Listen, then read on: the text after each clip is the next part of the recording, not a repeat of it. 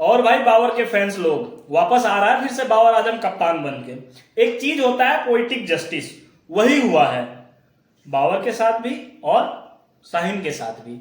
और जब कोई आदमी डाउन एंड आउट होता है तो आपको उसका सहारा बनना चाहिए, खास करके तब जब उसने आपको बहुत बैक किया हो। लेकिन उस समय शाहीन अफरीदी ने जो बाबर के साथ किया, पहले ट्रेंड चलवाया, सोचना भी मना और बाद में कप्तानी उनसे छीन ली गई। और उसका क्या नतीजा हुआ, आप खुद भी एक असफल कप्तान बन के रह गए। हो सकता था कि बाबर कुछ दिन बाद कप्तानी छोड़ते तो आपके पास उम्र था और आप बड़े दिनों के लिए कप्तान बन सकते थे। लेकिन अब जो आपके साथ हुआ, जिस तरह से न्यूजीलैंड में हुआ आपके साथ और जिस तरह से यहां हुआ पीएसएल में, उसके बाद आपका कप्तान बनना पाकिस्तान के लिए अब बिल्कुल नामुमकिन सा हो गया है। खैर, पाकिस्तान क्रिकेट बोर्ड, जिसको पाकिस्तान सर्कस बोर्ड भी कहते हैं, तो उसके बारे में कुछ कहा नहीं जा सकता। कल को कोई प्रधानमंत्री चेंज हुआ, कोई बोर्ड फिर से वो अपना बोर्ड का चेयरमैन डालेगा और चेयरमैन चेंज हुआ तो कुछ भी हो सकता है, वो एक अलग बात है। लेकिन अंतरराष्ट्रीय स्तर पे जो है ना, अब आपको एक फेल्योर कैप्टन के तौर पर ही देखा जाएगा, क्योंकि आपके कप्तानी में एक चीज हमेशा रखा जाएगा कि 5 T20 में कप्तानी करने वाले शाहीन अफरीदी के हक में सिर्फ एक जीत रहा है। अगर आप शायद टाइम लेके करते या फिर उस तरह के साजिश के बाद उस तरह के साजिश नहीं करते बाबर के अगेंस्ट, तो कुछ भी हो सकता है था। और आप फ्यूचर में कैप्टन बन सकते थे, क्योंकि बाबर अब 29-30 साल के हो गए, ज्यादा ज्यादा 5 साल 6 साल क्रिकेट खेलेंगे।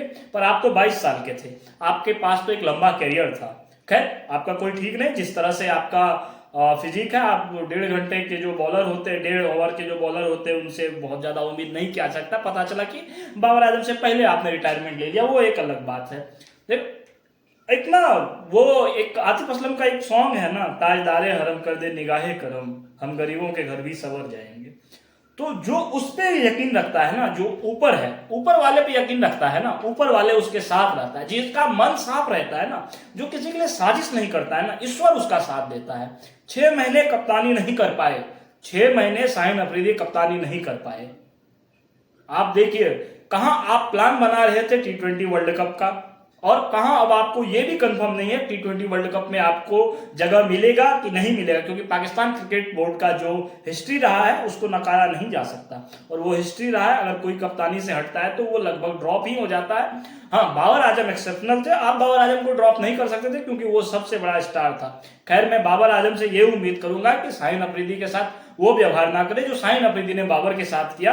बड़ा प्लेयर वही होता है जो अपने प्लेयरों से काम निकालना जानता है, अपने प्लेयर से बदला ना ले।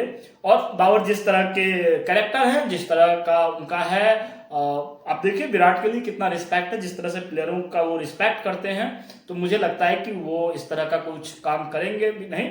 लेकिन आगे हर एक आदमी को सीख लेना चाहिए। और दो बात और, एक बात कि बाबर को ऐसे कप्तानी नहीं ले लेना चाहिए, कम से कम कुछ तो एश्योरिटी मिले कि अब कोई आपका चैट लीक नहीं करेगा, अब कोई इस तरह से जो है ना आपको जलील नहीं करेगा, मिड टूर्नामेंट में आपको जलील नहीं करेगा, कोई भगाएगा नहीं, आपके लिए प्लॉट नहीं करेगा कि बाबर आजम को ओपनिंग से नीचे भेजो। एक चीज और तय हो गया कि बाबर आजम अब ओपन ही करेंगे पाकिस्तान के लिए। और एक चीज और तय हो गया है कि पाकिस्तान का पावर प्ले में स्कोर फिर 45 से 50 रन ही होगा, क्योंकि बाबर कितना भी कोशिश कर ले, अगर जो दूसरा प्लेयर है वो कभी भी बाबर को सक्सेसफुल होने नहीं देगा। ये तय ही है एक तरह से। खैर, देखते हैं, और ज्यादा बात क्या करना। बेस्ट ऑफ लक कह रहे हैं पड़ोसियों को, best of luck. Babar Azam आया है और बाबर आजम अपनी कप्तानी को बिल्कुल उसी तरह से निभाए जिस तरह से वो अपने पुराने कप्तानी के कॉन्ट्रैक्ट में जब थे, जब वो कप्तान थे, पुराने कप्तानी के स्टिंट में जिस तरह से थे, बिल्कुल उसी तरह से कप्तानी करे, किसी से कोई बैर ना रखें और अच्छा परफॉर्म करते रहे।